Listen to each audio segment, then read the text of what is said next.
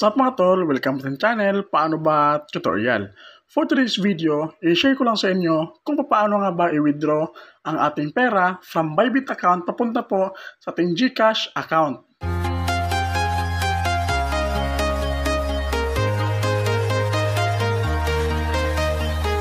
So mga tol, nakalagin na po tayo sa ating Bybit account. So ngayon, click ko lang itong assets. Dito mga tol, meron po tayong $20.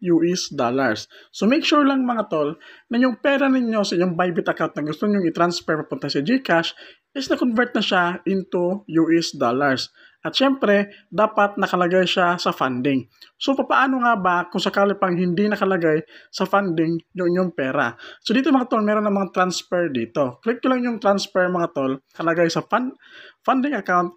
Click ko lang dito yung kung saan siya galing mga tol. Tapos dito sa to, ilagay nyo lang funding. Tapos ilagay nyo lang dito kung magkano yung perang ito transfer nyo sa funding para ma-withdraw natin siya papunta sa ating GCash. So dito, since na-transfer na siya sa ating funding account, ang gagawin na lang natin mga tol, balik tayo sa home. Tapos dito mga tol, makikita nyo po yung P2P trading. Click nyo lang yung P2P mga tol. Tapos dito mga tol, click nyo lang itong sell. Tapos dito sa sell mga tol, click nyo lang itong all payment methods. Tapos dito GCash, confirm. And mga tol, lahat ng lumabas dito mga tol na mga buyer po ng ating pera para matransfer sa GCash is lahat yan naka-GCash. So ngayon, hanap na lang tayo mga tol na sakto sa limit nila yung pera natin. Since $20 lamang, hanap po tayo dito ng mga tol na at least meron silang 1,000 pesos mga tol na limit. So dito mga tol, itong si Briverly is CCH kasi nga limit niya 1,000. So since yung $20 around 1,000 pesos yan mga tol. So dito pa lang mga tol, ineligible pala siya. So bawal siya, hindi siya pwede. Dito tayo kay Lucy Express. So ngayon, ang gagawin nyo lang mga tol, click ko lang itong sell. Tapos dito mga tol, click ko lang yung all. So $20. Tapos dito payment method GCash, click ko lang yung sell. Tapos dito mga tol, meron nakalagay sa itaas, contact buyer, chat nyo lang. Tapos message nyo lang siya. Tapos mga tol, after nyo mag-message, huwag nyo pong i-release muna yung pera hanggat hindi po kayo nakaka-receive ng pera sa inyong GCash account. Wait nyo lang mga tol na mag-message si Lucy Express yung ating pinagsindan or pinagsila ng ating USDT bago natin i-release yung ating pera dito mga tol na $20.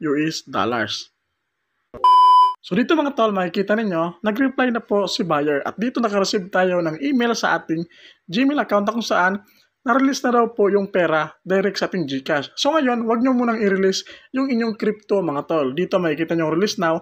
Ang gagawin natin mga tol, punta tayo sa ating GCash account. Close lang natin to. Tapos open natin yung ating GCash. So dito mga tol, makikita niyo available balance 1,165 pesos. So ibig sabihin mga tol, pumasok na po yung pera. At dito makikita niyo, meron tayong na-receive na notification sa GCash na naka-receive na tayo ng 1,164 pesos mga tol. Galing po yan sa ating pag-sell sa ating $20 sa ating Bybit papunta sa ating GCash. So ngayon, since na-confirm na natin, balik po tayo sa ating Bybit account. Close lang natin to. Tapos open natin yung Bybit. Tapos dito mga tol, since na-receive na natin or na-confirm na natin na receive yung pera, ang gagawin natin mga tol, contact natin yung buyer. Tapos message tayo ng receive, thank you.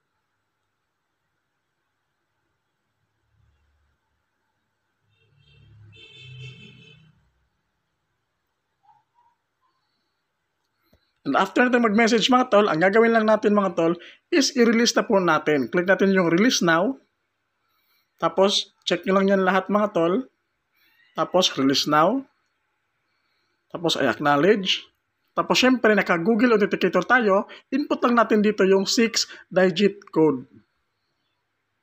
So, yun mga tol, na-release na po natin yung ating $20 sa buyer po ng ating USDT. So, ganoon lang kabilis mga tol kung paano nga ba mag-withdraw ng pera from Bybit account papunta sa ating GCash account. So, yun lang mga tol. Hope nakatulong itong ating video ngayon. So, don't forget to like, comment, and subscribe. God bless po sa ating lahat.